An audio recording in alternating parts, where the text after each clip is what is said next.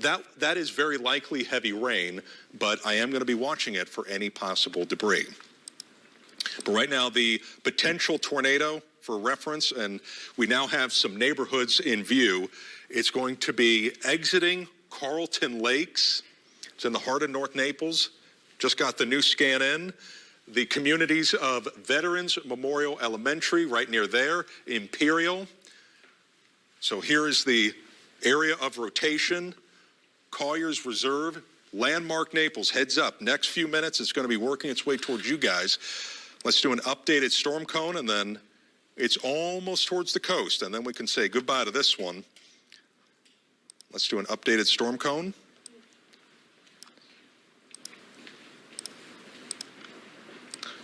Okay, so next up, Landmark Naples, 822.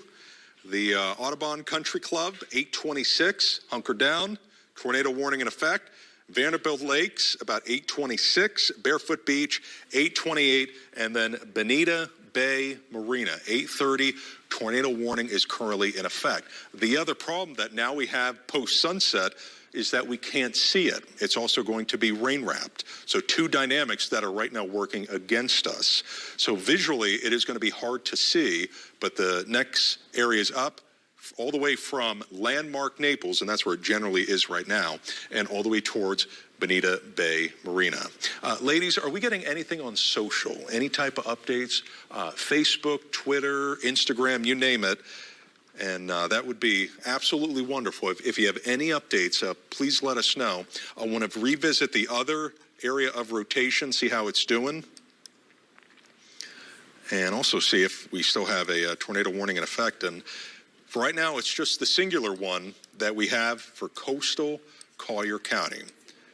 Now, I want to say who's in the clear. East of the interstate, I know you're technically in red. You're done. You're done with the tornado warning. It's going to be now primarily west of the interstate, encompassing areas. And let me switch over to the Wink Live Doppler 3X so you can see it. And now it's essentially crossing Livingston Road, heading to Old 41, as well as 41 and Tamiami Trail. So this is the general location and where we have some rotation being detected. Still nothing too impressive to me, to be quite frank with you. So it looks very unraveled, nothing too tight, wonderful trend. And we have about 7-8 more minutes with the tornado warning that we're going to stick with it. We're going to stick with it. And then after that, we will go back to Ian coverage because we just want to make sure that the threat is neutralized and we can just get through this tornado warning. Okay, nothing overwhelming right there. And I do expect them to cancel the tornado warning. I have a direct feed with the National Weather Service. I'm looking at it here on this laptop. And sometimes they'll give me a heads up of what they're going to do and if they're going to expire it. They have not done that just yet. So this is they are still keeping it as a capable tornado warning. So it's a capable tornado as it is right now on top. Let's zoom on in. Right near Mediterra, and then here's going to be Livingston Road. It's going to be working its way towards Old 41, Tamiami Trail, as it makes that trek northwest at about 25 miles an hour. Spanish Wells heads up, Bonita Beach,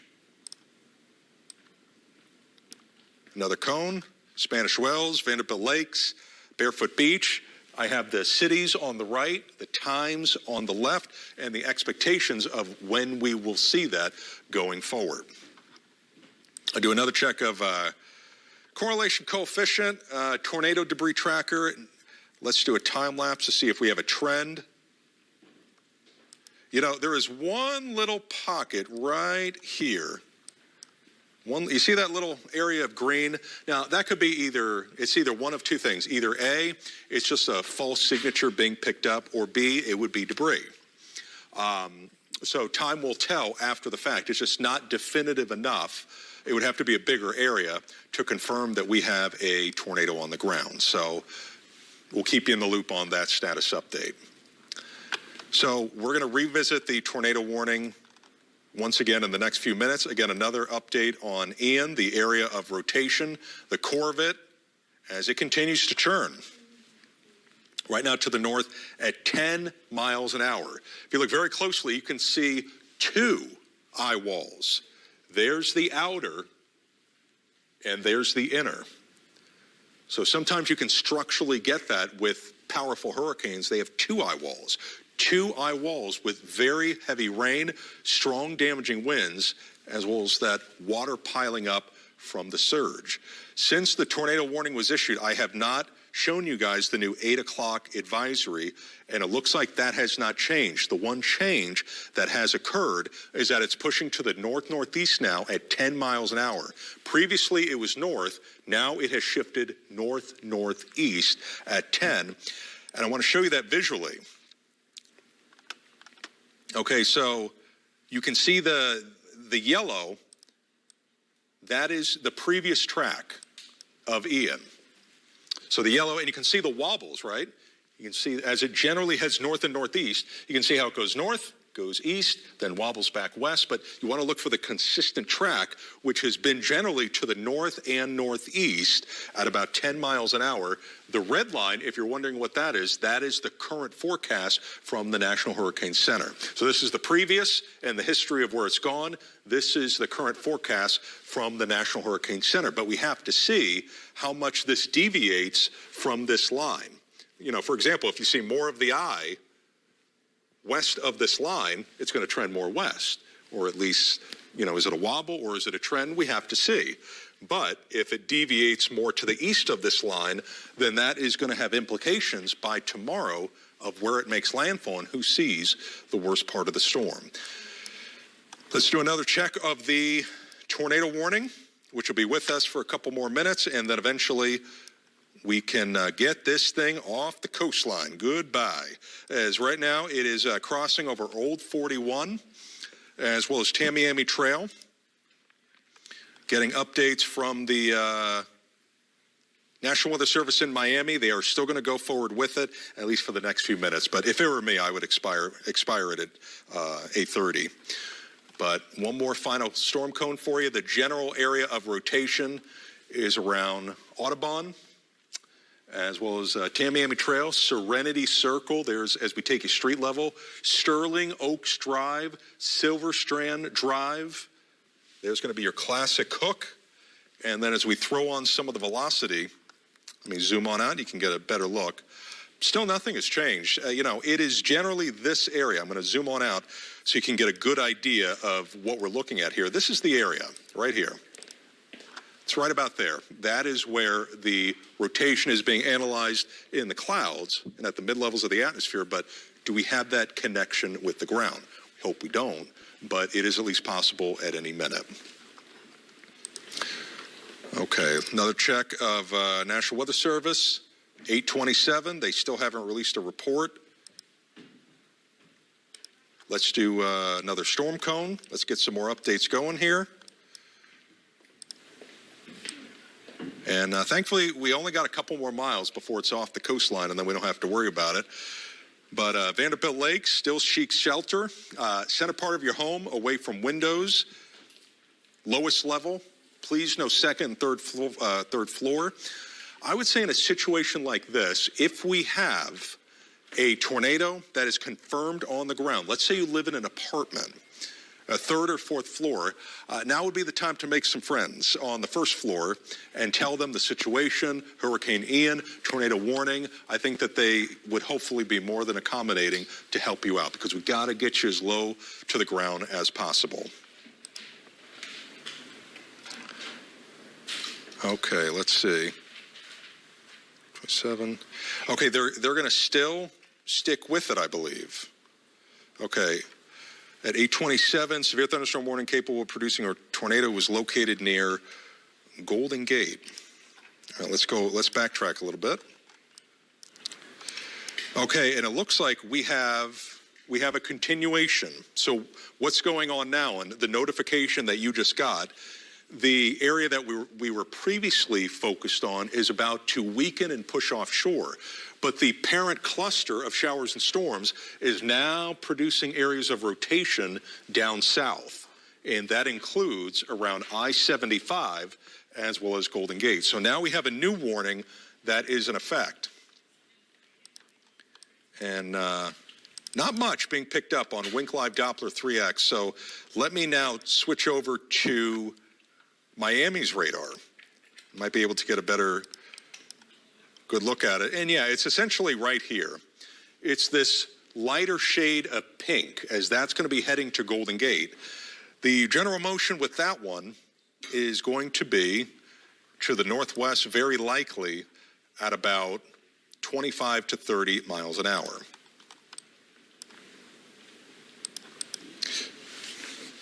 Okay, so again, this is another scenario where it is heading northwest at about 20 miles an hour. So I'm going to adjust the timing for everybody at home. It's pushing northwest at 20. Next up is Golden Gate.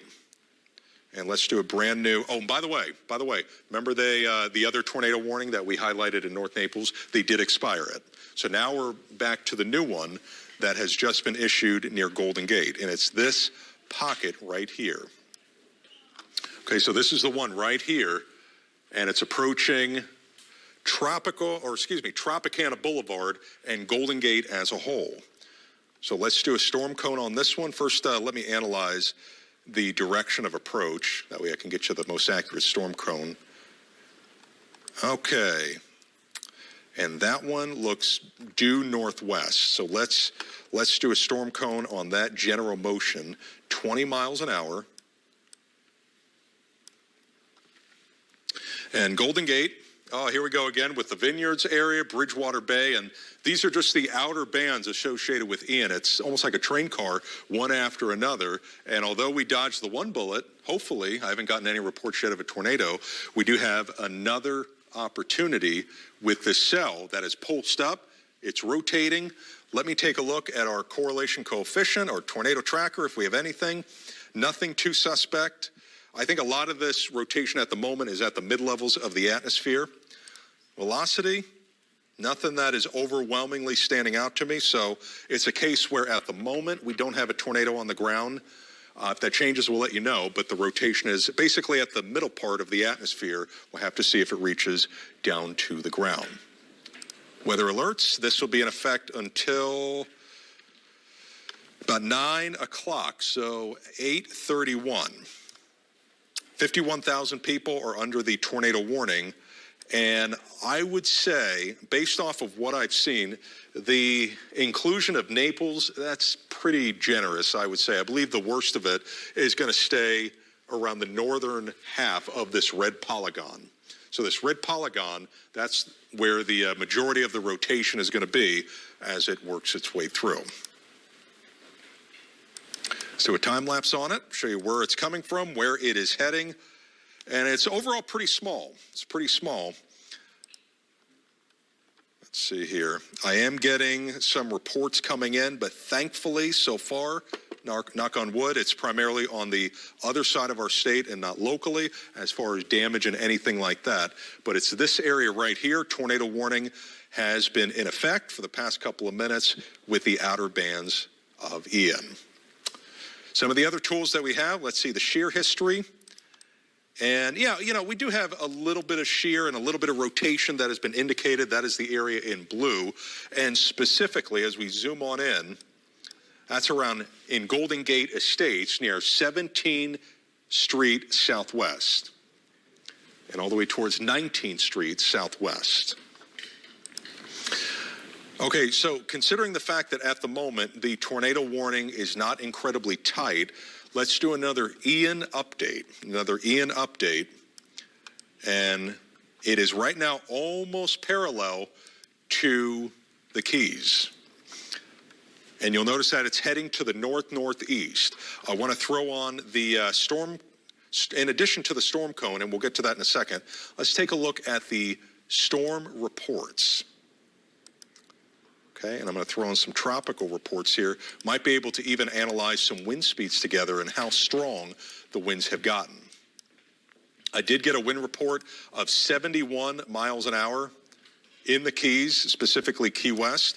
Looks like this one, Key West Coast Guard, recorded a wind gust to 60 miles an hour associated with Ian. Let's take a look at another report. I have a feeling these are probably going to be pretty big, considering they are largely exposed in the water. Okay, 55 miles an hour. There's a wind gust that was earlier today. Another wind gust as well, 55 miles an hour. Oh, looks like that one. Hold on here. Looks like there's a lighthouse. Wind gust to 85 miles an hour. Okay, so this is northwest of Key West. This was at about 6:56, so about an hour and 40 minutes ago. This area, northwest of the Keys, wind gust to 85 miles an hour, and that is not even the eye wall and the worst part of the storm. All right, let's go back to the storm as a whole. Put a time lapse on it as it is rotating with bands of rain, wind, and then we have the two eye walls. There's the one, there's the other, as it continues to spiral. And eventually, as it works its way towards us, kick up the surge. Not tonight.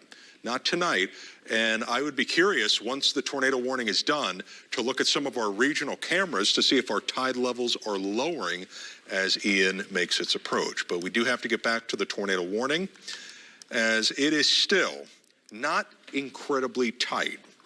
And that is indicative that we do not have something that is too terribly alarming.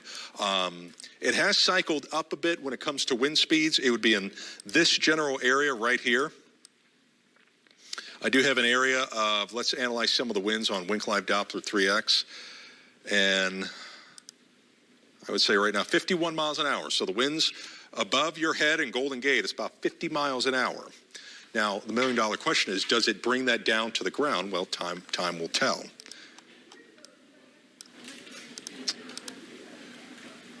And no doubt, you can definitely see which cell it is. Let's do another storm cone on it. We'll get you some updated times and who needs to see shelter and who does not. So it seems like deja vu. I just covered these areas with the other tornado warning as we have Bridgewater Bay, 8:51. Autumn Woods, 8:54, Pelican Bay as we approach 9 o'clock, and then Vanderbilt Beach at 9:05. So that is the tornado warning that at the moment is currently in effect. Now I'm going to toss it out to Nicole as well as Russ. We'll take a quick breather, and then we'll go back to the tornado warning. All right, that sounds good. Thank you very much, Matt. And thanks for joining us here and sticking with us. I'm Nicole Gabe. And I'm Russ McCaskey. We're glad you're with us as we continue our coverage of Ian. Also, all this turbulent air, these tornado warnings that we've had, you got to be careful if you're going to be outside at this point. Oh, yeah, absolutely. And this is just all part of it, especially as this hurricane moves closer and closer to southwest Florida. Those outer bands, as we're seeing those impacts right now, tornadoes, the possibility of a tornado popping up in our area or across Florida. It's a real possibility as we see right now. And of course, stick with us right here on Wink News. We're going to keep you updated through all of it. We're trying to see, though, if we have our reporter out on Sanibel. Is that a possibility back for our producers? No. Okay, all right, we don't have them right now, but yeah, we'll try to reconnect there. Meantime, we can tell you that here's a look at Fort Myers Police Department. They were getting their last briefing before they were heading in the streets tonight to help with any people who are trying to evacuate. They're inside of Fort Myers High School, but there are two shelters available in Fort Myers. I want to remind you of that, Dunbar High and Treeline Elementary as well. All right, we'll be right back after this short break.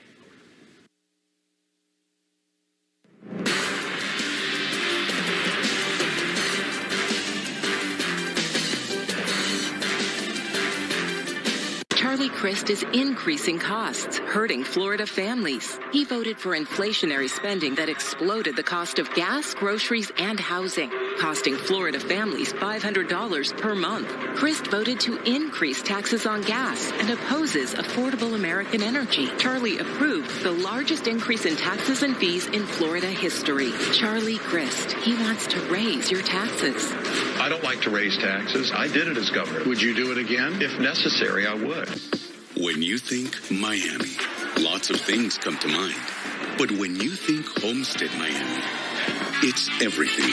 The vibrancy of South Beach and the calm of the Keys. It's where you get a weekend of a million thrills, leading to one of the final chances to make it to the championship four. It's everything we all think of when we think Miami, but so much more. I love this damn racetrack. Get your tickets now at HomesteadMiamiSpeedway.com.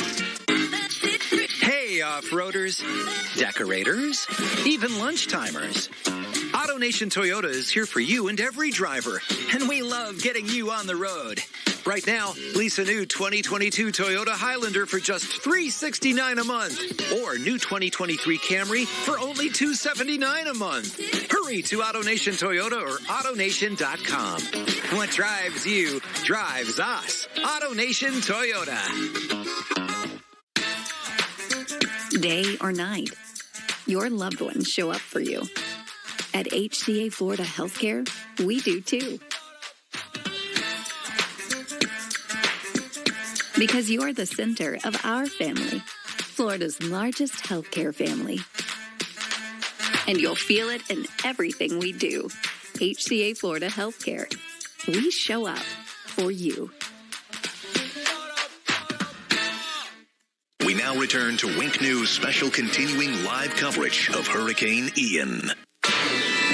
And welcome back as we continue our hurricane coverage of Hurricane Ian. The outer bands have pushed on shore. We're already starting to feel some of the effects. We are in this, no doubt about it. The question is just how severe is it going to be? Matt and the weather team are going to walk you through it hour by hour, step by step. We're right here with you all the way. All the way, absolutely. And remember, this is just the beginning of Hurricane Ian. Ian is almost parallel with Key West right now. We heard Matt Devitt talk about that. But we, of course, are here in Southwest Florida. We want to get down to Collier County. That's where Wink News reporter Lauren Leslie is. She's live at the Naples Pier. Lauren, obviously it's dark out behind you, but tell us what the conditions are like right now for you. So, Nicole, the conditions, the rain is really just intermittent. It's been picking up. It's been slowing down. But the wind, I can tell you, the wind has definitely started to pick up. And if you take a look around, there's not a soul in sight besides my photographer, Dan, and I'm going to step out of the way here. That's good news, right? It means that people are taking this seriously. They're inside, hunkered down, as we like to say. The pier, it shut down at 6 o'clock tonight. And you can see it here, that sign. It reads, pier closed, no trespassing. The gate is up. Now, about a half hour ago, I checked out the pier live cam. Now, there were still a couple people coming up to that point. You could see them snapping pictures, taking selfies, things of that nature. And, you know, that's because the pier, it is iconic. It's where families come, friends come to gather when they are here in Naples. Anglers love it, of course, for fishing. We caught up with a couple of them earlier today before the pier closed. And I'm sure, you know, some of our viewers can likely remember Irma 2017. The west end of the pier, it was closed for months, did not reopen, of course, until the summer of 2018. And we're just hoping, praying that nothing happens like that with Ian. But I can tell you guys, the wind is picking up. I'm just listening to the waves behind me. Ian is definitely starting to make its presence known. Of course, we're going to be out here monitoring the conditions, bringing you updates throughout the evening. But for now, I'm going to toss it back to you guys in the studio. Thank you so much. It is, the rain coming down. Sometimes it's a little bit harder than other times because we're starting to get those bands move through, and so it's changing almost constantly out there. So you're looking at that live picture of the Naples Pier, and you can see that the water is not too churned up right now. It is moving a little bit, but it's going to get a whole lot worse, especially as we push on into tomorrow. Yeah, absolutely. You don't want to be out there, especially tomorrow, that's for sure. And Wink News reporter Zach Oliveri, though, is at the Charlotte County Emergency Operations Center. Zach, you're inside a building right now, obviously, but what's the energy like inside of the building near all those people that you're around? Nicole, everyone is just preparing for what they call more dangerous damage, than what they saw with Charlie.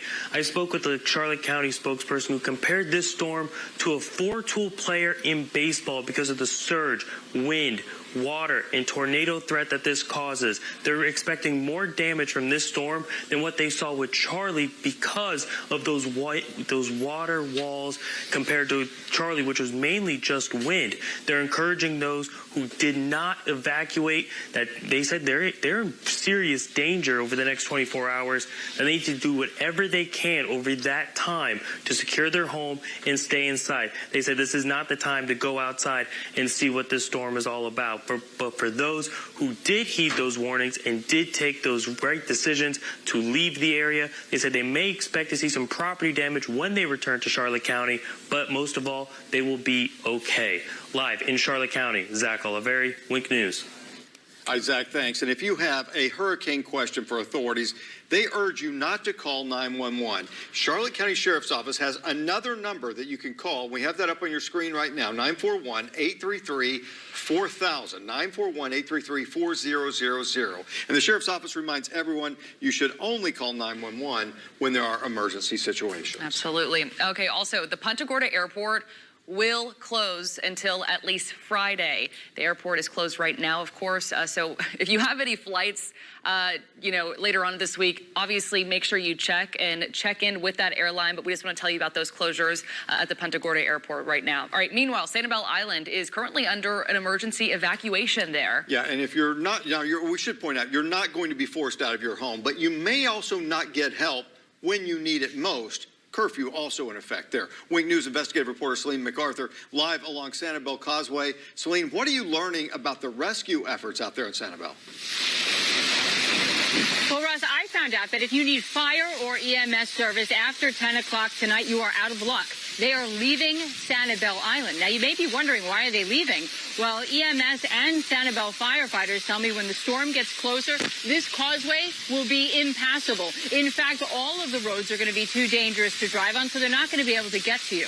Now, they're hoping that you will follow their lead, get off the island, and get to safer and higher ground. Warnings, and if they're being told to leave and enter a mandatory evacuation zone, then definitely go ahead and evacuate. You don't want to be in that situation where the winds are too high for us to come out and get you anymore, and you just don't want to put yourself in a bad situation unnecessarily. Now, firefighters tell me they are really excited about how many people did evacuate. They said that was the right move, and if you're thinking about it, this is the time to go, because as of right now, the roads are passable, but that will change quickly. And, of course, you can count on us to bring you all the information you need to keep you and your family safe. Live on Sanibel, I'm Celine MacArthur, Wink News. All right, Celine, thanks. Naples Airport is shutting down at 10 o'clock tonight. That's going to be until further notice. The airport authority expects that shutdown to last through tomorrow and then on into Thursday. We'll let you know once it reopens. Yeah, and we have also just learned that Southwest Florida International Airport will close at 9 p.m. All those airlines canceled their flights for tomorrow as well. That's at RSW. Now, RSW recommends that, again, you visit your airline website for any information on your travel plans. And we also want to point out that if you are in your car and you are evacuating, maybe you're stuck in traffic or in some slow-moving traffic due to some of the rain, perhaps you're on Alligator Alley, 96.9 Wink FM and 101.1 Wave FM have flipped to a simulcast of Wink News. They started doing that at 5 o'clock this afternoon, so it's another way that you can get informed and follow us right here on Wink.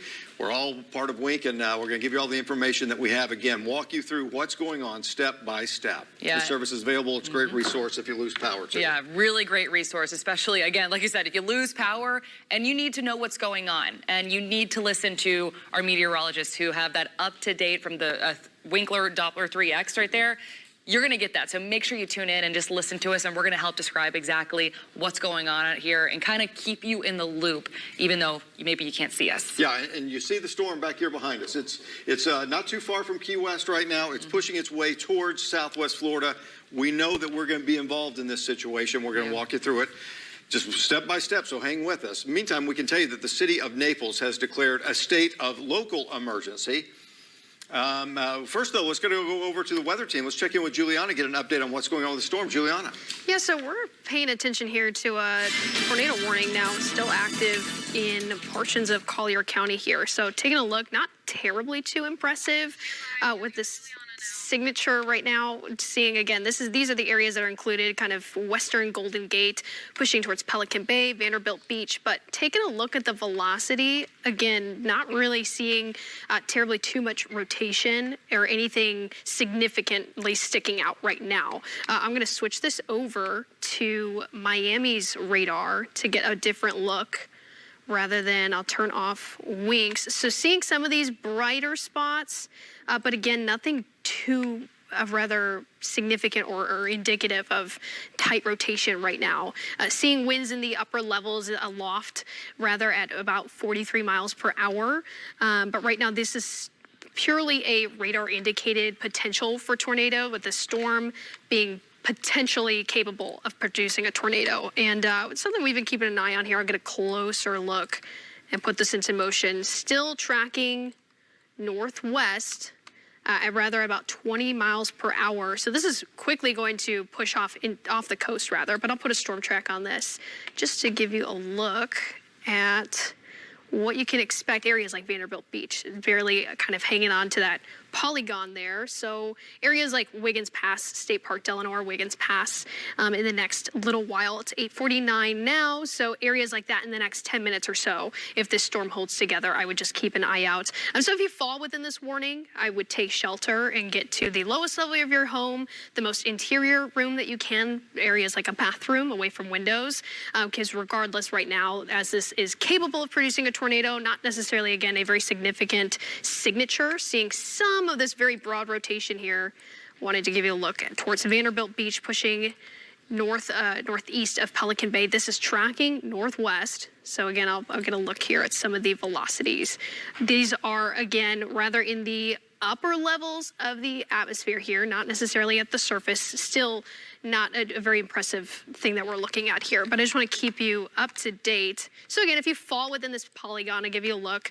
Areas, I would say, east of Pelican Bay are essentially in the clear. You can see, I'll bring back the reflectivity to give you a look at that cell itself, where you see the higher reflectivities between Pelican Bay, between Vanderbilt Beach here. And again, east and south of Pelican Bay, areas like Golden Gate and Vineyards that fall within this polygon, you should be fine for now. I would be taking shelter for areas like Vanderbilt Beach.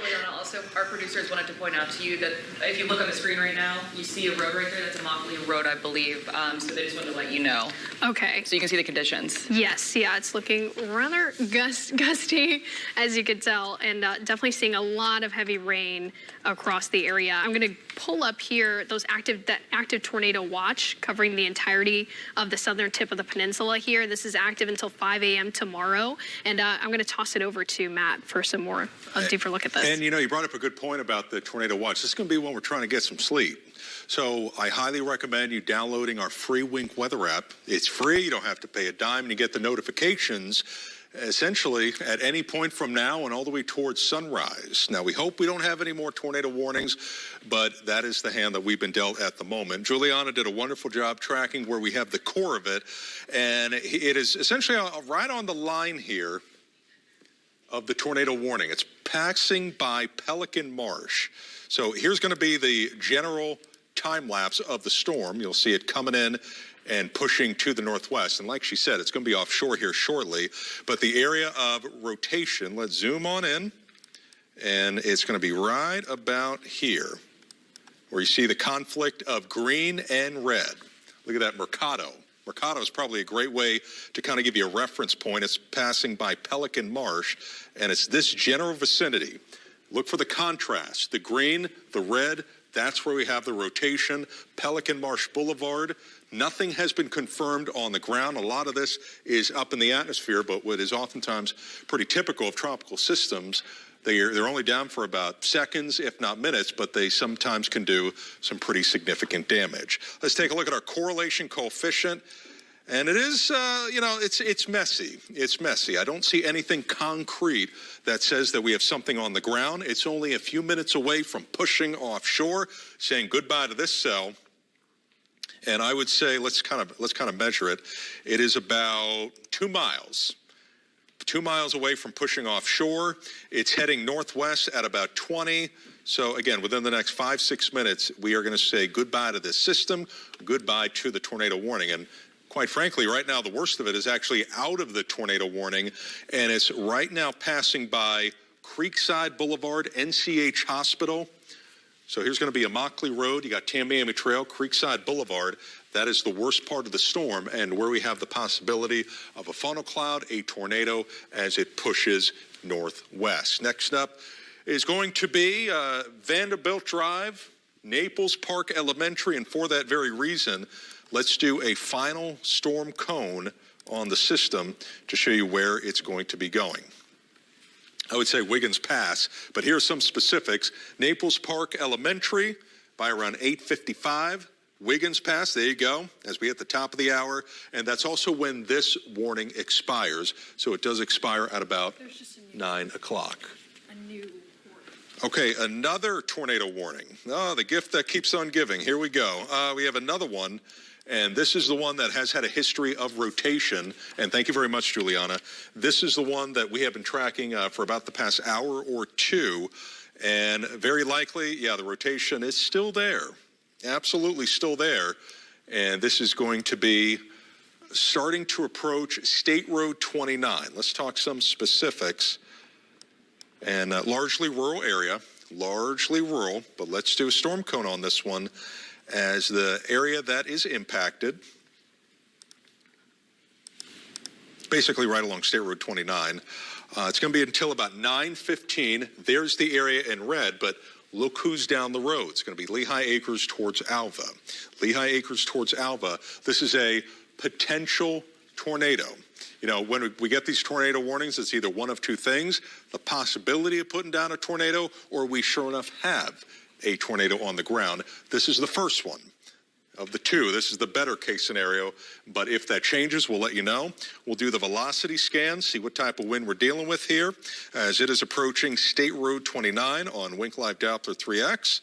And some of the winds are being analyzed upwards of about 50 to 60 miles an hour.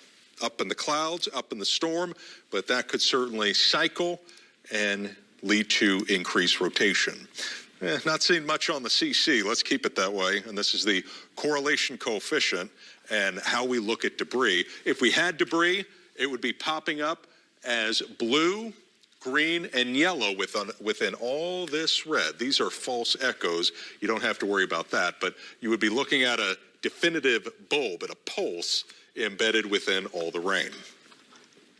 Juliana, do we have updates on the chat associated with both of the tornado warnings that we do have? It doesn't look like there's any updates. Okay. Not hey, right now. as I always say, no news is good news. So the less, you know, unless we hear that there's damage and debris and stuff like that, I love that we're not hearing from them and that we're not getting damage reports coming in.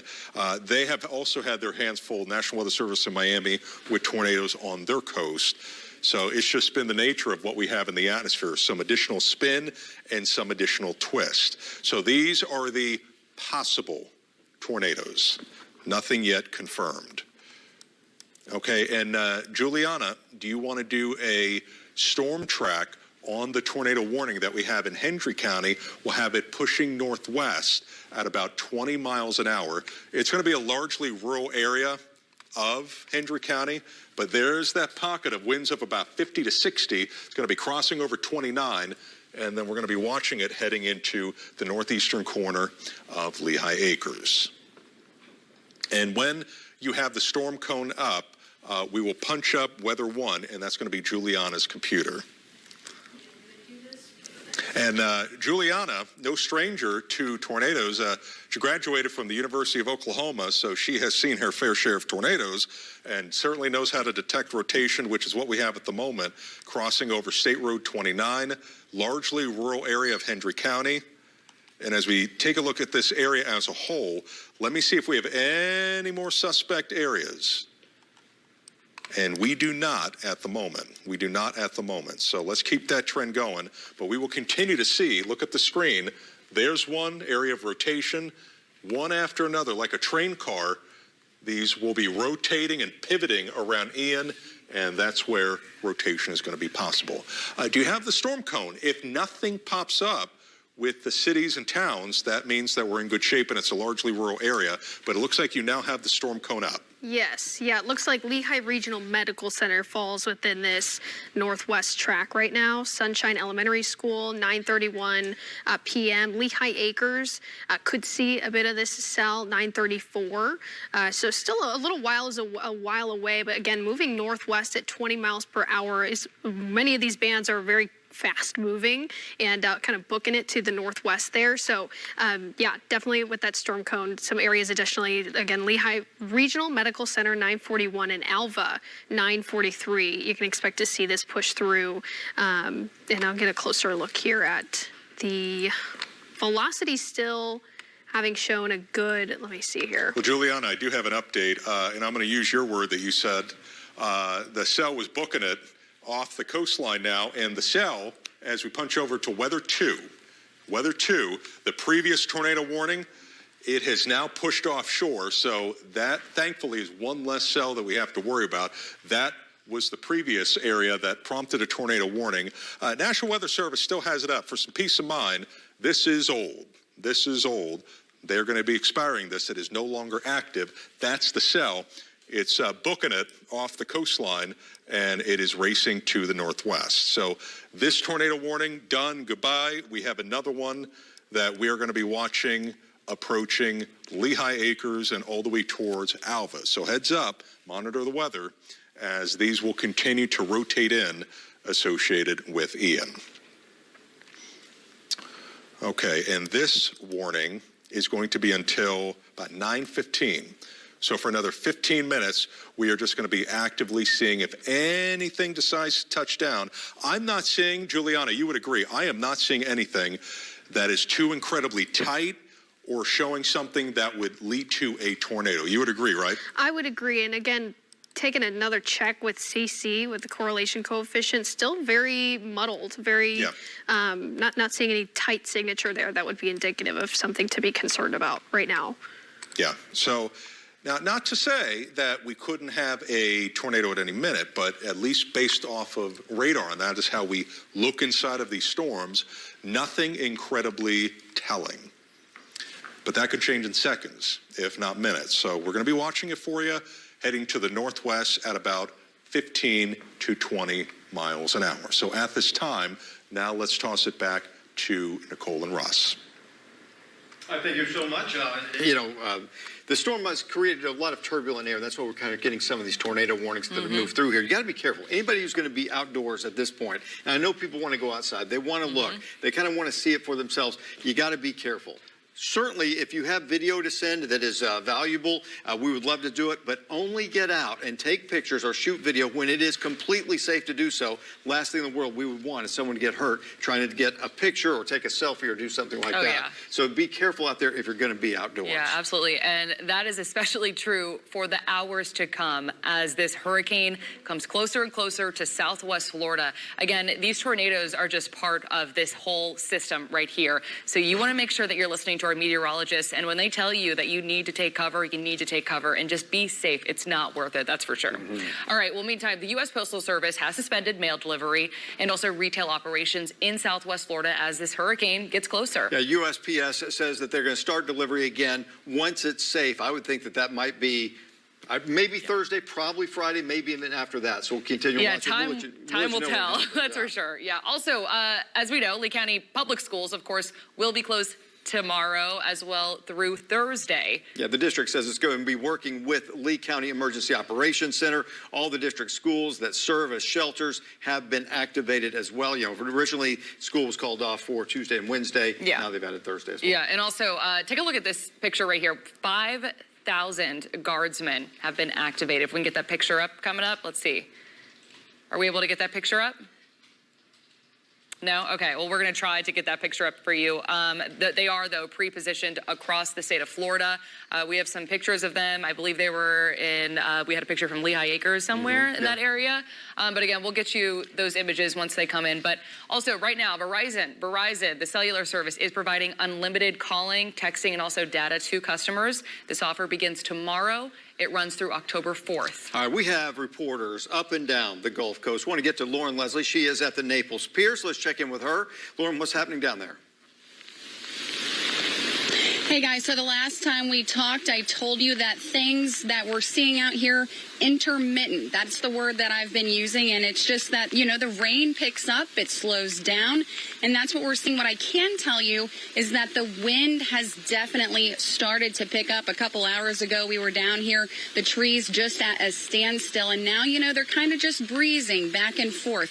So as that hurricane, of course, makes its way to our coast, we are starting to see things change. I'm down here at the Naples Pier at 6 o'clock. The pier closed. I'm going to step out of the way, let my photographer Dan get to that sign. If you can read it, it says pier closed, no trespassing. The other thing that changed in the past half hour that we talked last is that we actually saw a couple people. They came down here. They wanted to get, a last glimpse, check things out, take a couple pictures. But I can tell you that Naples police was very close behind them. An officer, he came out, he escorted them to safety, just letting people know that now is not the time to be outside. And of course, as that hurricane moves closer and closer our way, you're going to want to stay inside, hunker down, take these warnings, everything that we're telling you very seriously, because this is a very serious situation. Of course, we're going to be out here all night monitoring the conditions, bringing you live updates so you can stay safe inside of your homes. For now, reporting live in Naples, Lauren Leslie, Wink News. Hi, Lauren. Thanks. Yeah, Naples Pier, it's getting wet out there, that's for sure. Lauren's going to be down in that area, though, throughout the storm. Of course, she's going to be very safe and, when it's necessary, go and take shelter as well. But let's go ahead and go south to Key West. Check this out right here. This is flooding from earlier today. Yeah, just earlier today in Key West. It's dark. It is murky water just flowing down this sidewalk.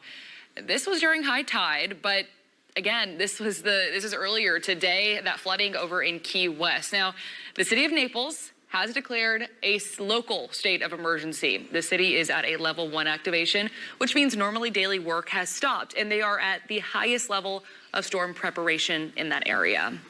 Yeah, and right now that Naples Pier is closed, as we just had that live shot from there. So let's move on and talk about Collier Transportation. Fewer transportation options as Ian moves closer. Collier County has announced that it will suspend its regular CAT service tomorrow. A lot of things are being delayed. A lot of things are being canceled. A lot of things are being postponed. Just about everything probably for tomorrow is going to be shut down, no matter what it is, no matter where you live in Southwest Florida.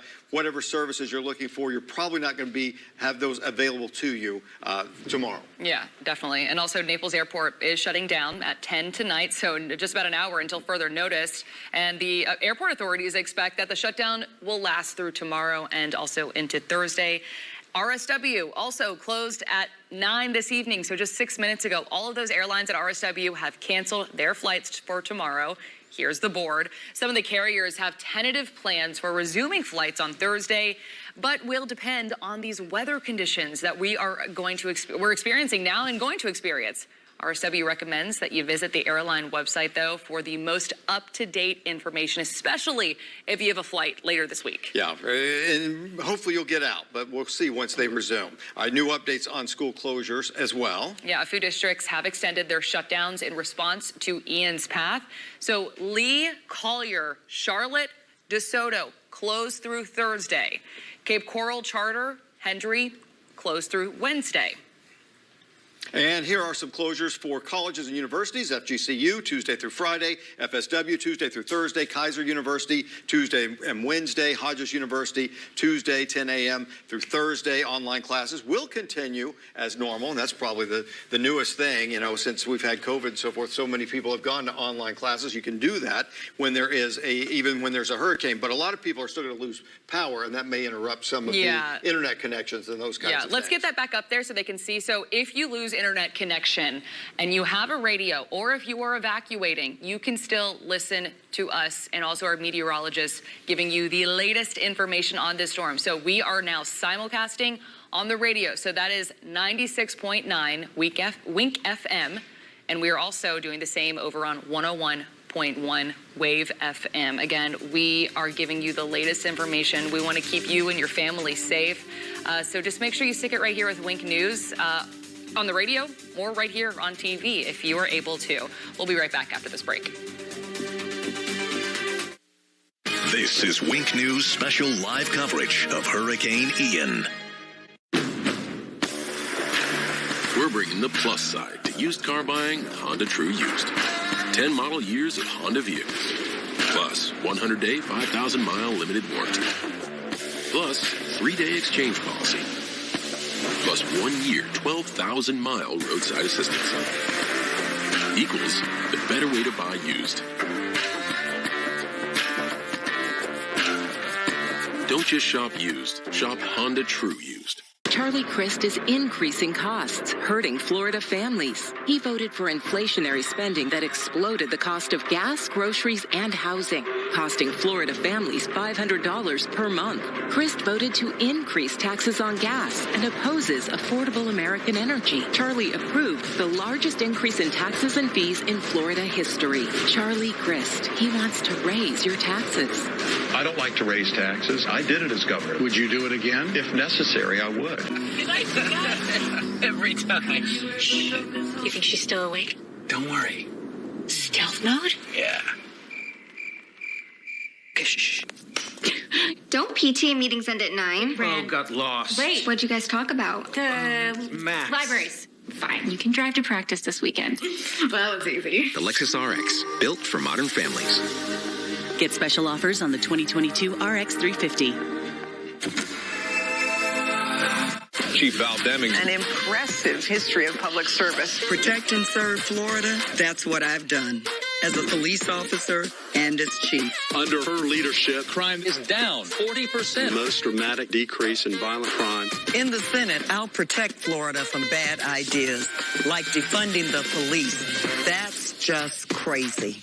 I am Val Demings, and I approve this message because Florida, it's time to send a cop on the beat to the Senate. We now return to Wink News special continuing live coverage of Hurricane Ian.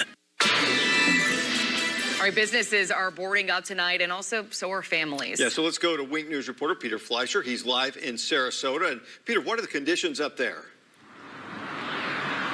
Russ, Nicole, the conditions are bad and sadly getting worse. You can probably see the increased rainfall that we're experiencing, and the wind is picking up as well. But I do want to peel back the curtain a little bit and take you behind the scenes, because we're here at the Sarasota County Emergency Operations Center, and it's a place that's happening in counties all across the state. They all have facilities like this one, where the most essential county personnel is hunkered down trying to take care of you and the local community that's dealing with Hurricane Ian. I want to explain to you exactly who is in this building. 911 dispatchers, FPL crews, law enforcement. There are dozens and dozens, maybe even hundreds of community members that are working inside this building trying to answer your questions if you're stuck at home and trying to keep you safe after Hurricane Ian leaves your area. So right now, the emergency staff is still focused on getting information out to people. They want to make sure that if you are staying at home and not evacuating, you're as safe as possible. But they also had a message for people that are still considering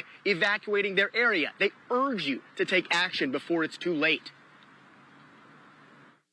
Whoever gets it, the rest of us are going to feel the brunt. We're going to feel the rain. We're going to feel the wind. We're going to get the storm surge that's going to devastate a lot of our beach areas. So please, get to those shelters, get to those evacuation centers. You still have time.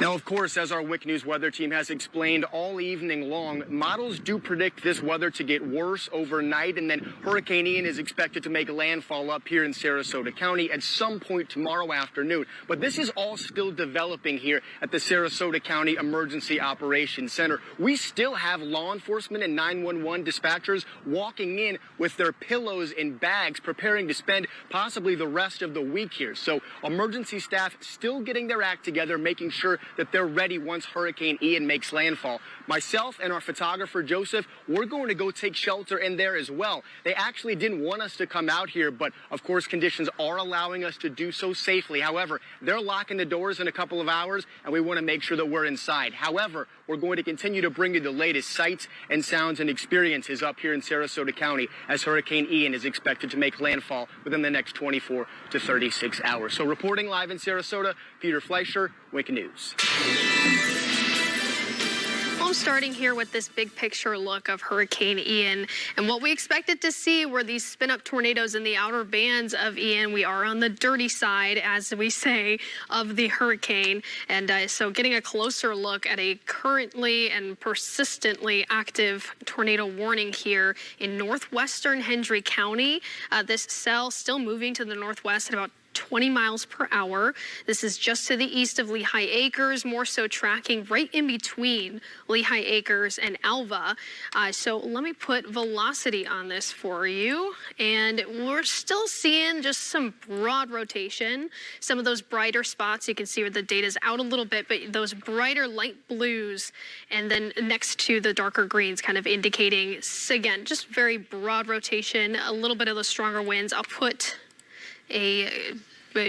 get some data in here for you, get an idea of what those winds look like, about 56 miles per hour. These are aloft. These are not necessarily at the surface. We have yet to see any confirmation of tornado on the ground. This is still radar indicated from the National Weather Service.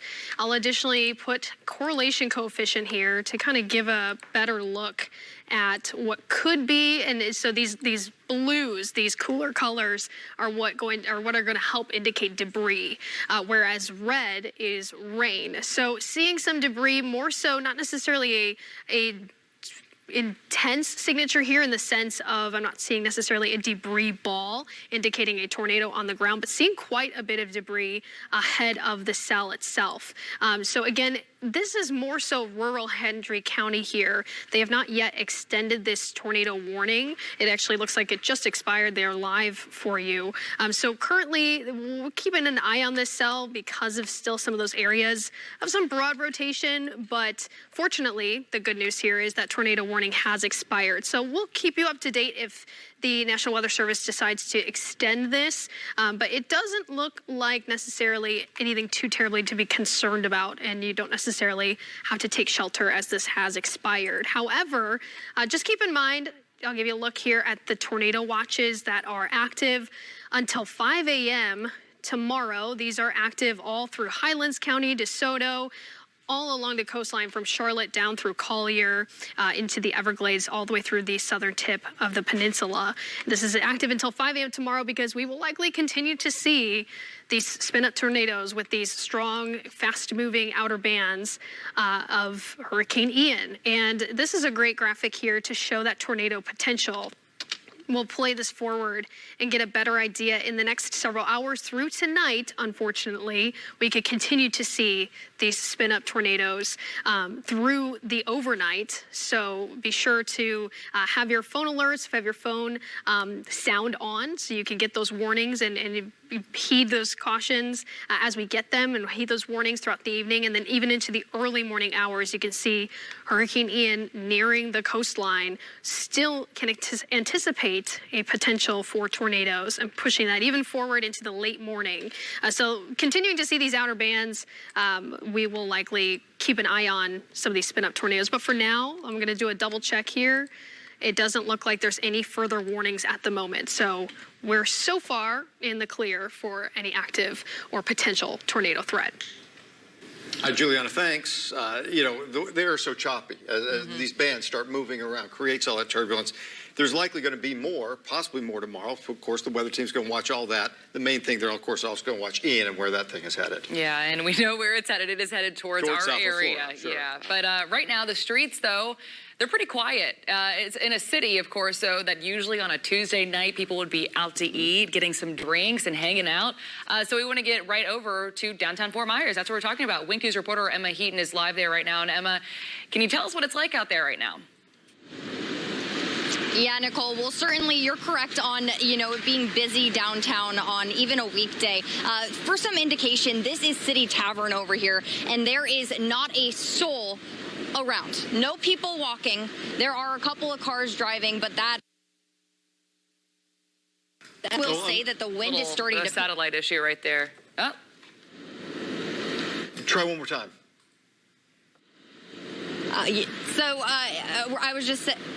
I was just saying that the wind has been picking up a little bit. The rain, too. Just a couple minutes ago, we had a huge gust of wind. I was extremely soaking wet when I got here because the rain was just coming down. And then that huge gust of wind felt like it almost...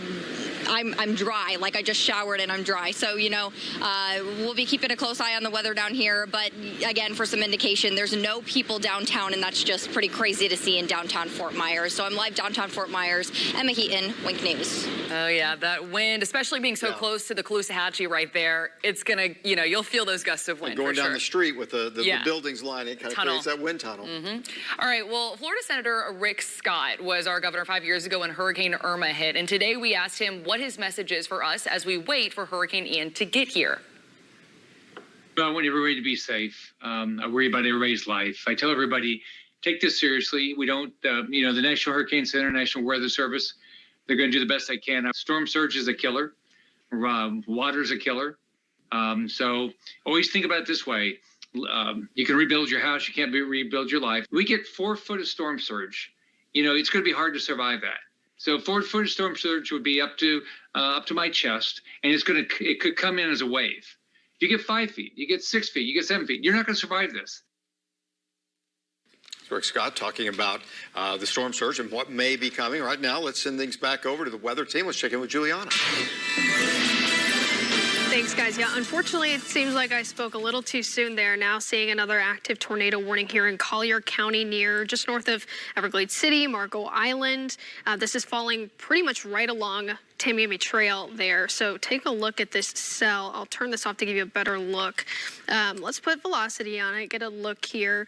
So right now with Wings Live Doppler 3X, 3 times more powerful, not necessarily, again, an impressive signature, seeing some of these light blues in there, which show, again, some of that broad rotation. I'll put a query on this, 60 mile per hour winds, and we'll take a look, 22 mile per hour winds. So some of that slight rotation there. But keep in mind, these are aloft, and right now this is still a radar indicated potential for a tornado. The storm could potentially produce a tornado. There is not a confirmed tornado on the ground right now. Additionally, I'll put on a correlation coefficient here, kind of that tornado indicator. So the reds are good, the reds are rain, and then those blue signatures, those cooler colored signatures indicating debris, not necessarily seeing a debris ball or anything very significant or sticking out to me right now. So I'll bring it back here to reflectivity and maybe put a storm track on this. Let's take a look here. Just to give you an idea, still most of these, again, are moving rather fast to the northwest, all associated with these broad outer bands of Ian right now. So I'm going to put a track on this to the northwest, roughly right here. Next 25 minutes or so. And it's not looking like too much of a populated area. Could be like seeing this cell in the next little while here, Reflection Lakes, 944. So in the next 20 minutes or so, moving again northwest at about 20 miles per hour. So let me do a quick check here. Additionally, with this warning, this is active until 9:45 in Collier County. Looks like about 600, a little over 600 people fall within this warning. So for right now, again, just keeping our eyes to the radar and fortunately not necessarily seeing anything too significant that is sticking out to me right now. A good bit of broad rotation. This is what we've tended to see the past several hours of some of these parts of notches in the outer bands wanting to be a little bit persistent, wanting to have that little bit of rotation. But so far, the good news is not seeing any confirmation, not seeing any storm reports or damage reports from the Weather Service right now, which is what we like to see. For now, if you find yourself within this polygon and you find yourself ahead of, this is moving to the northwest, so parts of Eagle Lakes, areas in Lely Resort, not necessarily in the polygon, but because these are moving rather fast, Lely Resort, I would keep an eye out and I would potentially take shelter just to be on the safer side. But again, not very many areas falling within this polygon, but if you are in the polygon, Everglades, and north of Royal Palm Hammock, I would seek the lower level of your home and that innermost room and that innermost space. But for now, I will send it back to Russ and Nicole because for right now, not necessarily seeing anything too impressive. Juliana, thanks. Breaking right now, fire services are suspended within Matlacha and Pine Island Fire Control. This is due to the deteriorating conditions. Emergency services now suspended. Any calls to 911 will be logged, then responded to once conditions will allow. Yeah, and also let's go out to FDOT right here. This is the rest area on Alligator Alley. And as you can see, people are traveling. They are leaving this area. They're taking a break right here. This is a rest area. You can see people walking up, using the restroom, getting back. They're going to get back in their cars, and they're going to go ahead and go to the East Coast. Again, look at all these cars. And we have been checking in on this live stream right here throughout the past few hours.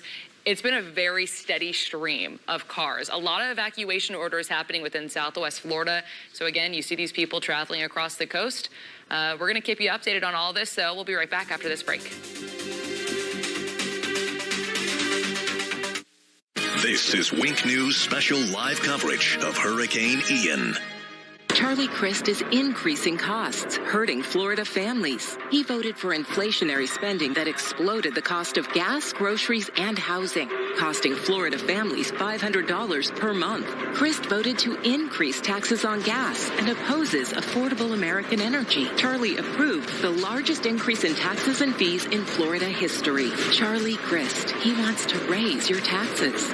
I don't like to raise taxes. I did it as governor. Would you do it again? If necessary, I would. Today, push harder, push forward, push vigorously. There are things that I am hiding from people that I'm trying to inspire. You can do whatever you set your mind to. I feel like a hypocrite a lot of the times. Don't give up on yourself ever. Smoking, I hide it because I'm ashamed of it. I want to get out of the shadow. I want to show people there is light away from the darkness. I am going to quit. Visit tobaccofreeflorida.com to find free resources to help you quit your way. My crypto's down. No coiner. Trust. This'll move. Dude, they're fragging C. Rose, hit me. I got my ult. That's 472 horsepower and 395 pound-feet of torque. Well, what's up with this team sheet? Inverted fullback and a false nine? The limited slip diff lets you hammer the throttle. You don't get it, so you go all in. Poggers. Stick it in the onion bag. The Lexus IS, all in on the sports sedan. I met Governor DeSantis in 2009 when he was on active duty. He was a Navy commissioned officer and served in Iraq. When you're advising SEAL Team 1, you're making life and death decisions every day. And as someone who has served side by side with him, he is selfless and he will do what is in your best interest, not his best interest. The Navy's core values are honor, courage, and commitment. And Governor DeSantis embodied those core values on active duty, and he embodies them every day as the governor of our state. Governor DeSantis is a true servant leader. We now return to Wink News special continuing live coverage of Hurricane Ian. All right, people are on the beach as we get ready for Hurricane Ian. Maybe not as many people right now, though. Yeah. Wink News reporter Michael Hudak joins us now live from Fort Myers Beach. And I know you've seen a lot of conditions. You've seen a lot of rain out there tonight, Michael. We certainly have. Remember, guys, Lee County has the shelter-in-place recommendation that began at 8 p.m. on this Tuesday, and for good reason. We are seeing the most consistent wind and the most consistent rainfall that we have witnessed on Fort Myers Beach so far. In fact, about 15 to 20 seconds before our live shot started, you might have seen the camera kind of jolt down a little bit. That's because our photographer, Javier, kind of lost his hat. It flew back over to the other side of the parking lot. We had to go and get it. I want to show you some of the consistent rainfall that's happening over there. It's light, but it is consistent. And remember, earlier today we were showing you it was on and off, on and off. Well, it has been consistently raining for about 30 to 45 minutes. The wind gust was kind of pushing the water around on the ground, so much so that when we were in the car for about 45 minutes to an hour straight, and then, okay, we're going to get ready for the live shot, right? We opened the car. Oh, my goodness. You had to hold on to the door because it swung open. It happens quick. right? And so that's why we've spoken to a lot of people who live in Fort Myers Beach, including someone that lives in this complex right here. Just 20 minutes ago, they were saying that they're getting their family in the car and they're going now. Remember, that shelter-in-place order started at 8 o'clock, and the bridge to get onto Fort Myers Beach will close if it's about 40 miles an hour or above. So if they did make it out, I got their cell phone number, and we'll be in consistent communication with them and that family. If they did make it out, they probably made it out just on time. We're continuing to monitor the latest. We're going to continue to hang on to our hats. For now, I'll send it back to you. All right, Michael, thanks. We're going to bring in our meteorologist now and just kind of talk a little bit about this storm. Since about 5 o'clock, since we started getting this, since we got that new cone, things have really changed, and we realize that southwest Florida is really under the microscope at this point. Matt, let's talk a little bit about this just to begin. Starting on Sunday night, it kind of looked like it was headed to Big Bend area. Then it started moving down towards Tampa, and now it's sliding down here. What's going on with this storm? Okay, so what's happening is these supercomputers, the American model and the European model, what they do is these models are composed of algorithms and calculus. Thankfully, we had other people to do that calculus for us. And what they do is they analyze the atmosphere. But as we know, the future has not been written yet.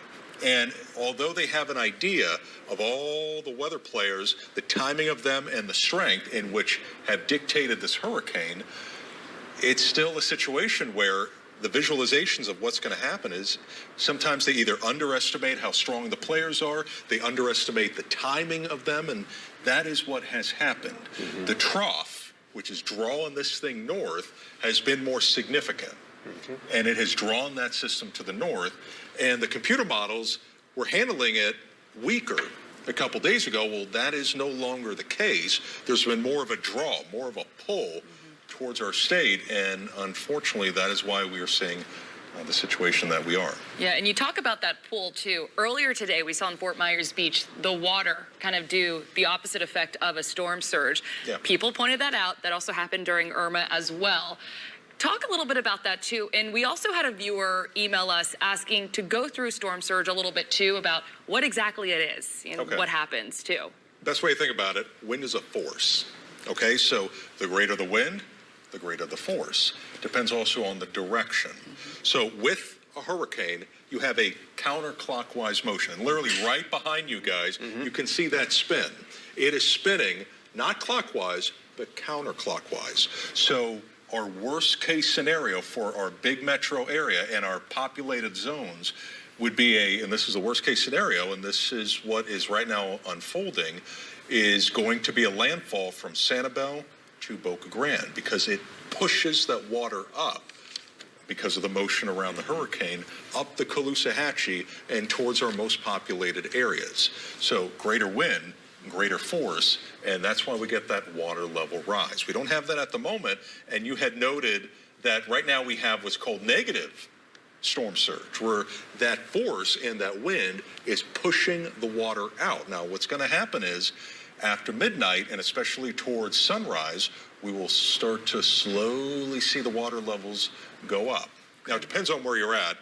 You actually still could see negative storm surge around Charlotte County and into Lee County, but starting in Collier. It's going to start with you guys, then Lee, then Charlotte, as we hit especially the second half of the morning, and then I believe the main surge event is the afternoon and evening. So really start to expect that storm surge tomorrow. And it's going to go up quickly, because once the eye wall pushes on shore, you got that greater wind force.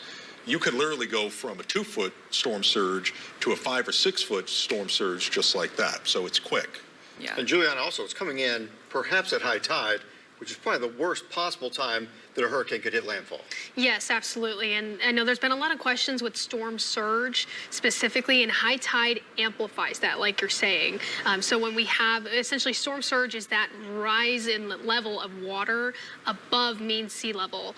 So if you're in an elevated area, like you had been saying, living in Babcock Ranch, being 30 feet above sea level, and you're not going to see that storm surge so much, whereas areas closer to the coast are just in line with sea level. We'll see that much more significantly. So with the high tide, you're adding on to that and again, amplifying it. And you did bring up a very good topic. Storm surge, I know there's a lot of confusion about it.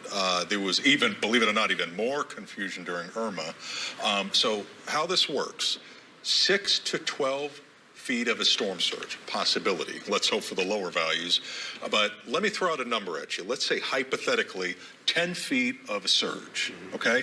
Let's say you live at 5 feet elevation. You deduct the amount from your forecast, okay? So 10 feet surge from sea level, you deduct your elevation, 5, you would have a 5-foot water level rise at where you live, at your elevation. That's how you make that deduction. Good information right there, definitely. This hurricane, we've kind of seen this path before, haven't we? About 5 years ago. It's pretty similar. That's right. So, well, with Irma, we got lucky at the last minute. It made that shift 20 to 30, even 40 miles to the east. Now, we were blessed in the fact that that greatest surge went away from some of our most populated areas. Marco Island, Fort Myers Beach, Sanibel. I cannot stress enough how lucky we got during Irma. Now, that was not the case for everybody. Everglades City, Plantation Island, they got the surge 5 to 9 feet that we could have had in our more populated areas. The problem is this is a different animal now. This is a different angle of approach, and we don't have the luxury of having that breathing room that we had with Irma. Sure. Yeah, and we also mentioned today, the big story here is evacuations. A lot of evacuations have been happening, and we have been, showing Alligator Alley, all of that traffic happening. As it is 9:33 right now here on this Tuesday, when is the last moment where you have to say, I need to stay here and hunker down? No, because what's going to happen is the eye and eye wall, and I'll tell you what, if we could, let's punch up weather 2, because I want to show you not only the size of Ian, and in reference to Charlie as well as Irma. Ian is growing. Charlie was a very small storm. And then in reference to Irma was absolutely massive, huge storm. But Ian is growing, and its impacts are going to be felt here in Southwest Florida, the main bulk of it, shortly. And as we will see the bands of rain and wind as they move in. So I wanted to go through hour by hour what we can expect and when the rain moves in. So I'm going to load that into my system here. And to answer your question, the reason why it has to be now where you need to make a decision, because as we go into time, watch what happens. So this is about midnight. Let's play this through. Russ, Nicole, look by 7 a.m. Right. Yeah. There's the eye wall. So it's just off the coastline of Marco Island and Goodland. So if you're going to make a decision on do you stay or do you go, I mean, to be honest with you, that time is, I think, really past. But if you have to make a last-minute decision, you got to do it now. I would say from now to midnight, you got to make a call.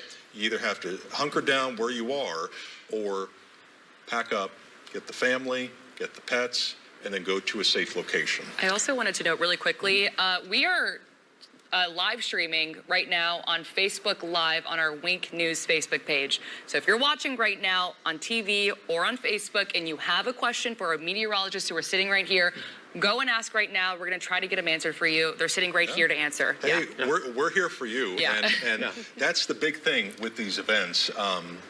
We're here for you guys. We are here for the community.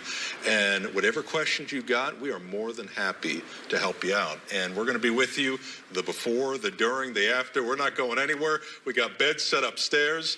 We got food left and right. We are going to be with you. And I think that's the one thing that sometimes gets forgotten is that, just because we're in the studio, we are in the path of this storm too.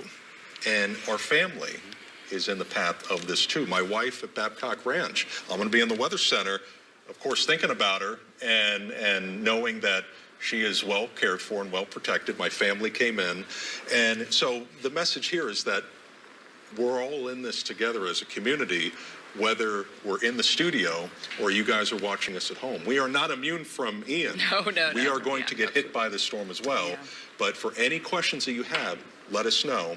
And we are happy to answer. We did have one question, though, from one of our production crew out here. So, again, those evacuation zones, if you are now in place here in Southwest Florida and you live in a mobile home, for example, what is your advice to them? Where should they go once the storm hits tomorrow? Well, with a mobile home, and in particular manufactured homes, especially if the eye wall is going to be heading towards you, those are literally tornado-like winds. You need to evacuate. Go to, if for a last means here, go to a shelter. Hertz Arena is an opportunity. Obviously, one of the biggest capacity areas of holding people in our general vicinity. So that's what I would recommend. If you are in Lee or Charlotte County and you're in a manufactured home, and especially if you're in a storm surge zone area, you need to pack it up if you haven't already done so. Tomorrow, as you've been saying, the event is really a tomorrow event. And let's hear from both of you about what you think is going to happen tomorrow. Juliana, let's start with you. Early in the morning, what do you expect when people wake up in the morning? I think we're definitely going to see that, like we're hearing now here in the studio, the rain's picking up. The wind is picking up. That's what we're going to start to see early on. We're going to continue to see those gloomy conditions, and it's just going to continue that deteriorating pattern that we're already starting to see, and feeling that a little bit more, and maybe the nerves picking up for some people at home. But again, when you're staying with us and we're keeping you up to date, we're going to keep you on top of exactly what's going on. But again, I think that's what I'm anticipating. And then again, into the early afternoon, I'd say late morning, early afternoon, starting to see that wind shift in the overnight into the late morning, where we'll start to see that storm surge start to pick up, where we're seeing the reverse storm surge right now, seeing that shift and switch over. And everybody talks about landfall, but almost all Southwest Florida is going to be involved in this, right? Yeah, to a certain degree. I mean, I think it's a case of we all get hit, but who gets hit harder than the other? And the answer to that question is where the eye wall pushes on shore. I just got some recent models that were in the consensus models, and they continue to shift it down the coast. Okay. And in fact, if we could, real quick, I'll go into the Weather Center. Let's punch up Weather 2, and that way, instead of just telling you the models, let me show you that. So this is the previous future track model that goes into time, and then as we advance this, you'll see where the Wink model wants to put it, and it puts the general vicinity of that eye making landfall around Lee in Charlotte counties. Now, as we know, this is just one of many possibilities, but now I want to show you what we call the consensus models. These are oftentimes some of the more accurate, and this is what they had yesterday, and then this is what just came in about an hour ago, and you'll see it shift now towards Charlotte and Lee counties. So what I expect from this is that the National Hurricane Center, they oftentimes will largely base their forecasts off of these models. I don't blame them. There's high accuracy, and that is why you will see a shift very likely with the cone. We have a brand new tornado warning that has been issued. Juliana, I know you're looking at it along with myself in northeastern Lee County. Yeah, this is just north. It seems like this is still that persistent cell that we've been keeping an eye on for at least a couple of hours now. So Alva is in this, but the cell is to the west of Alva. This is tracking north-northwest. Let me confirm that with the National Weather Service's warning here.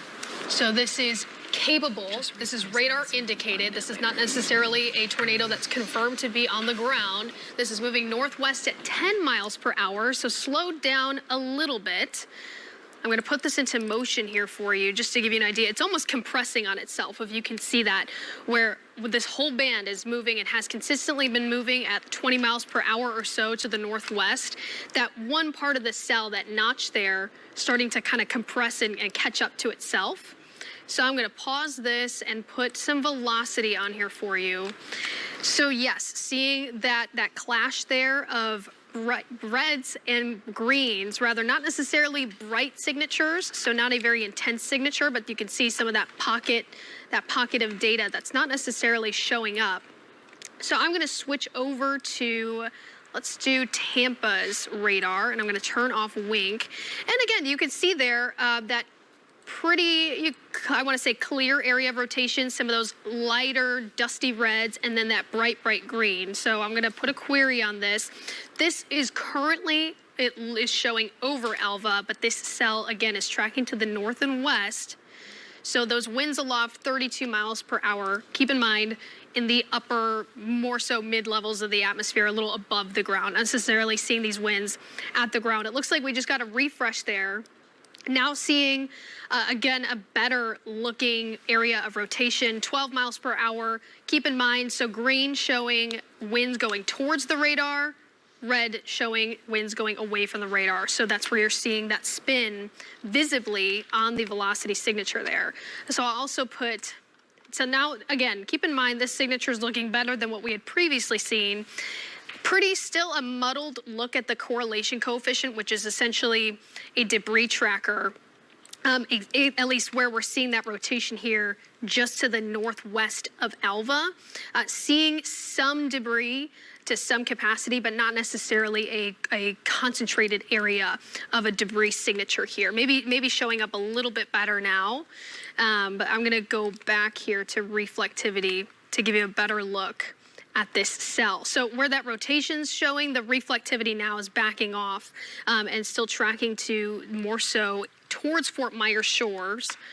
And I'm gonna put a storm track on this just to get a look here. So again, still moving, let me see here, rather 10 miles per hour is what the Weather Service had seen with this. And I'm gonna put this here to the northwest. So fortunately, beach area here at 9:56, can expect to see this cell push through 10:01 for Olga. And I'm going to send it over to Matt to get a better look at this. Yeah, very, very well said. And like you had noted, the different radars have different takes on what's going to happen. And the troublemaker right now is essentially southwest of Alva, right along 80. All right, so it's going to be working its way towards River Hall.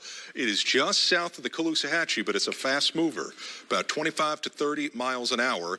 Now let's switch over to Wink Live Doppler 3X, and it is showing not much in the way of significant rotation. We got some, but nothing too terribly tight, and it would be generally now, I would say, approaching River Hall. Let me throw on an icon so you can kind of get a good look as to where it would be. And now some of that rotation is working its way into River Hall. It will be eventually crossing over 80, but then who's impacted by it down the road potentially? Well, let's throw in that storm cone. And Juliana, the forward motion, according to the report, was northwest. Yes. Northwest at 10 miles per hour. Okay, so it's heading to the northwest at 10 miles an hour. That is particularly slow. The warning. Oh, they just canceled the warning? Yeah, it actually just showed up that it canceled. Okay, so there we go. There we go. So I do know that we do have a few other tornado warnings in effect. So tell you what we will do is head down to the ones right now across sections of Collier County. And these are largely rural. Okay, it looks like they have actually even expired another tornado warning. But notice how it's not just us seeing these warnings. We also have some near West Palm Beach. This one is going to be largely rural and over the Everglades and Big Cypress. However, I am going to be watching this as it heads closer and closer to populated areas in Collier County.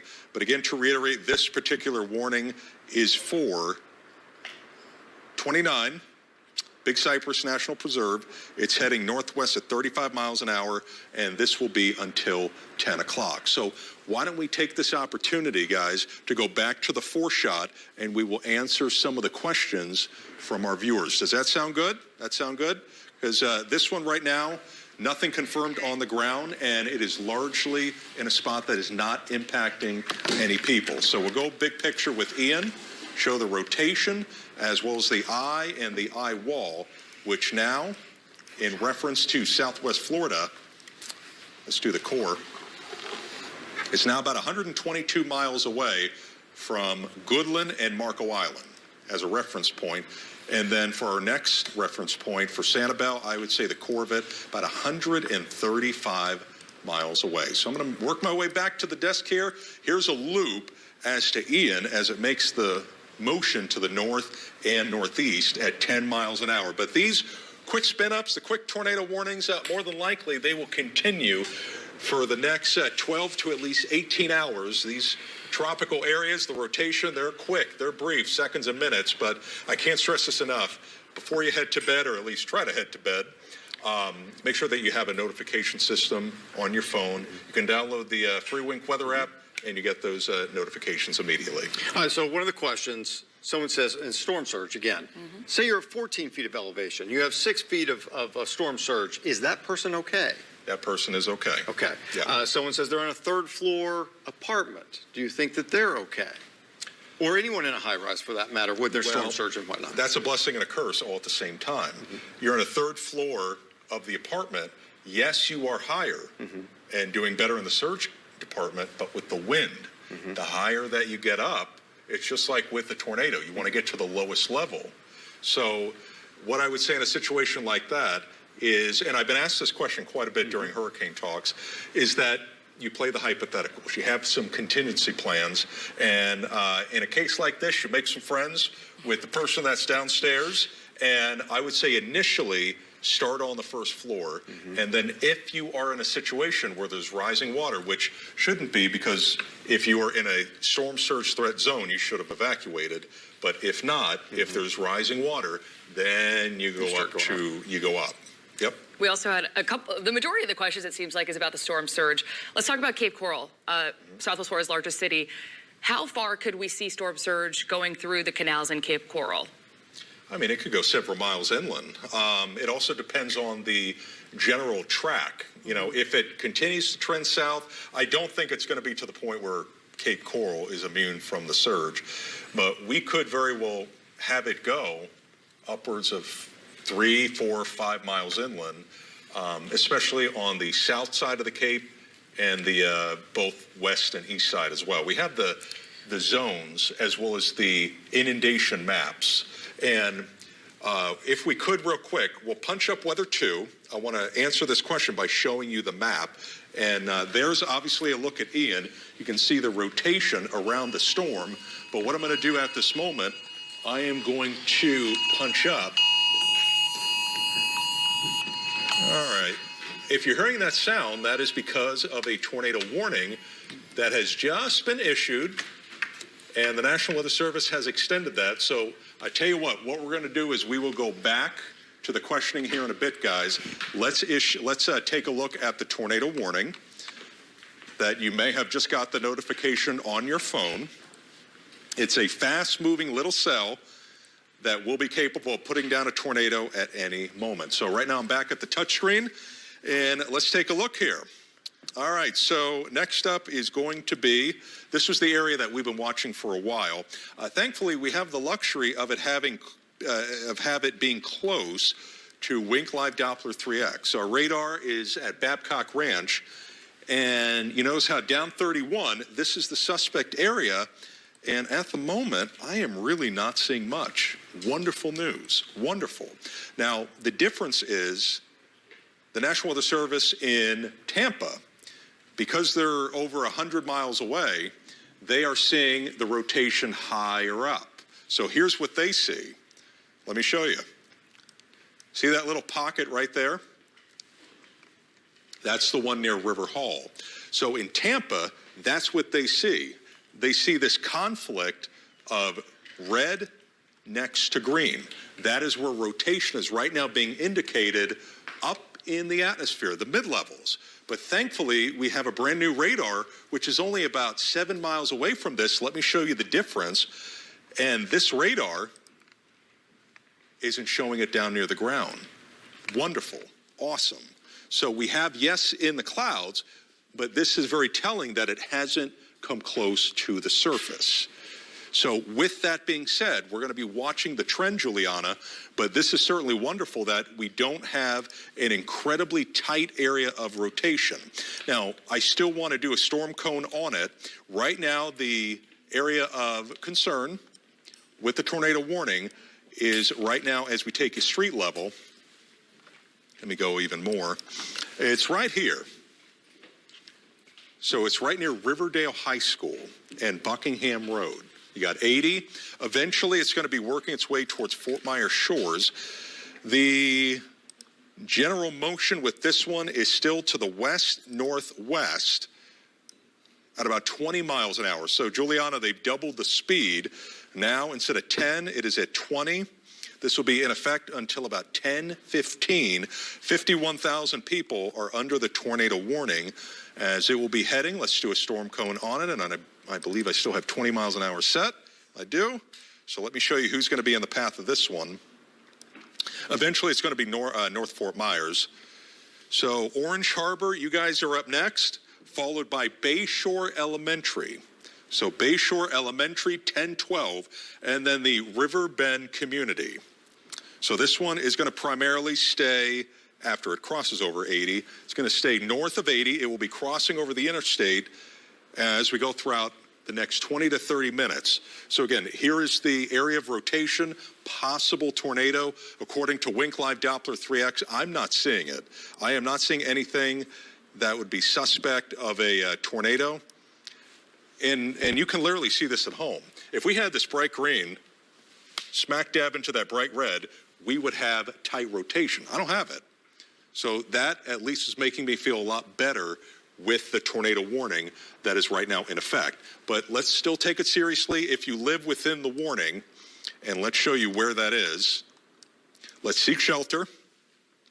Lowest floor away from windows. Go to the interior, bathroom, closet, just get away from windows. We do that because of flying projectiles that are going through the air.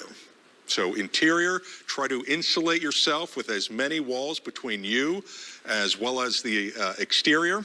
Fort Myers Shores, Buckingham, Tice, North Fort Myers, and even towards downtown Fort Myers, technically under the warning. But what I want to do right now, let's do a time lapse. And you can generally see at home that this should largely avoid downtown Fort Myers and us here at Wink. North Fort Myers, you guys would be more susceptible to this area. So downtown Fort Myers, if this trend continues, and I'm going to stop this and do a general line, okay, it's generally heading in this direction. Okay, so North Fort Myers, this line right here, that is where the area of rotation is going to be working its way towards. But I would still monitor the progress in downtown Fort Myers. If it shifts south or curls south, we'll let you know. But this will generally head in a due west or west-northwest fashion. Still not seeing much. And here's the radar. We're getting literally one of the best looks at it. The radar is just up the road at Babcock Ranch. And if we were to have anything that was showing rotation, it would right now be around Olga and Fort Myers Shores. Olga, Fort Myers Shores, with the outer bands associated with Ian. Okay, Juliana, any more updates from the National Weather Service in Tampa Bay? And oftentimes, folks, what happens is you get rotation, it weakens, it strengthens back, it cycles. And right now we are seeing one of the cycles. But at this point, I am just not seeing anything that's too alarming. It's a wonderful trend. Let's keep it going. Let's open up Juliana's mic. Yeah, it just says a minute ago that they canceled a tornado warning for Charlotte and Lake County. Okay. I don't think we were able to get her mic. Just a minute ago that they canceled that warning for Charlotte and Lee County. But it looks like there's a brand new warning now down in Collier. This is out towards Alligator Alley, just north of Tamiami Trail. Okay, and it looks like we are getting, I do have an update. The tornado warning was canceled.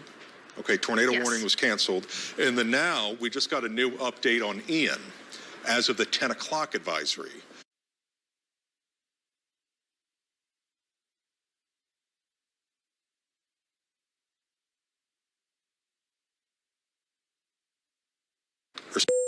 Update that just came in. The brand new cone will be released at about 11 o'clock, so 1 hour from now, and no significant changes. They have it as a 120, pressure at 947 millibars, pushing to the north-northeast at about 10 miles an hour. Now, here is the old cone as of about 5 o'clock. I would not be surprised if they continue to shift this to the east based off of the models shifting east as well. If you missed this about 20 minutes ago, the reason why I say that I want to show you the trend with the consensus models. These are oftentimes one of the more accurate, and here's what they had previously. So this was 24 hours ago. Now, as we put this into time, look at how it continues to shift down the coast and wanting to put it a potential landfall anywhere from Sanibel and extending towards Venice. So Sanibel to Venice. So I have a feeling that the National Hurricane Center will be shifting their cone more east. But at this point, we are going to see the worst part of this storm as we hit tomorrow during primarily the Wednesday afternoon and Wednesday evening time frame. But in Collier County, you will be starting as early as the morning hours. Just depends on, obviously, our coastline. Some of the expectations, we will start in Charlotte County, but I will be adjusting these as we go throughout time, based off of the track. If the track continues to move south, I got to bring up the numbers. But in Charlotte County, about 4 to 9 inches, few spots 10 inches plus. Winds gusting 85 to 125 miles an hour or greater will be possible with about 8 to 12 feet of surge. Let's take you into Lee County. And same deal. If Ian works his way down the coastline, see that value of 70 to 105? That could very well match the one in Charlotte County, which is between 85 to 125 miles an hour, because every mile makes all the difference when it comes to a landfalling hurricane. And right now, the bulk of it with the track is up the coast. But if it goes more south, I will be adjusting these values up with greater wind. For our viewers in Collier County, some of the expectations. The rainfall, 2 to 5, if not 3 to 5, isolated 5 and 6 inches and greater. Your winds, 50 to 85, but same deal. If this trends more south, we got to bring up the values. These are still preliminary, with your surge of about 5 to 8, even 9 feet is going to be possible. Into DeSoto County, Highlands County, let's take a look at you guys. 4 to 8 inches, few spots 8 inches plus. The wind gust potential, think of it this way, 70 here, 100 there. There's your range from west to east. Hurricane force wind gusts are going to be possible. With our next update into Glades and Hendry County, 3 to 5 inches of rain, gusts 50 to 80 miles an hour, and isolated tornadoes, as we have seen, certainly possible. And then I also want to highlight Sarasota County. Sarasota County is the last one on the list. Last but certainly not least, you will see a significant impact. And let's now throw in Sarasota County as what I'm expecting for you, 6 to 12 inches, a few spots over a foot, winds gusting 85 to 125 miles an hour or greater, isolated tornadoes possible, and the surge levels, that wind-driven force of about 8 to 12 feet. And the reason why we are in the situation that we are is because we are in what's called the right front quadrant. That is the worst part of the storm, and that is what's going to be pushing on shore with the strongest wind,